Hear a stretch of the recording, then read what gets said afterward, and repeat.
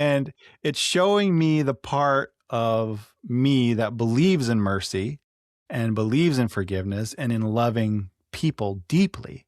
But it's also showing me the part that, that knows some of this causes real harm, and Yeah. that knows trust can be exploited, and knows that boundaries matter, Mm.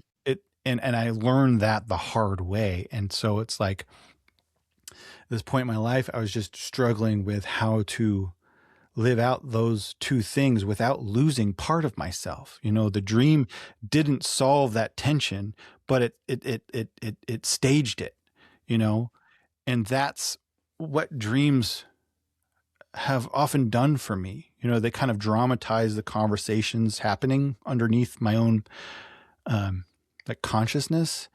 And so this therapy was teaching me how to, like, listen to that, and and has really helped, because this happened, like I said, over a course of 6 or 8 months. And it's helped me face some things that otherwise I was just, like, subconsciously avoiding, you know? Yeah.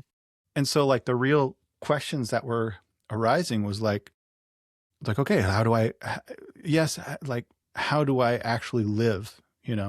How do I Mhm. trust again? How do I love in a world where people can do real harm? How do I stay open hearted without being destroyed by it? Mm. And so my interpretation eventually led to these things. This was kind of my concluding paragraph from my notes those few years ago: was forgiveness and trust are not the same thing. And mercy and access are not the same thing. And you can love humanity and still lock the door, and you can keep compassion in your heart while wisdom stands guard. And it helped settle a lot of uh, anxiety for me, Mm. because I was so afraid of becoming cynical, you know? Mhm. And it's still something I grapple with. Um, and it's like, the moment I become cynical, that's when I lose that piece of me, that is me and is true, and that I can foster and nurture.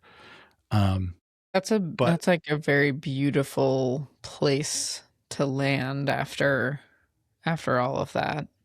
Um, yeah, like, therapy's but great. but Eric, how would you feel if I told you that that's just the beginning?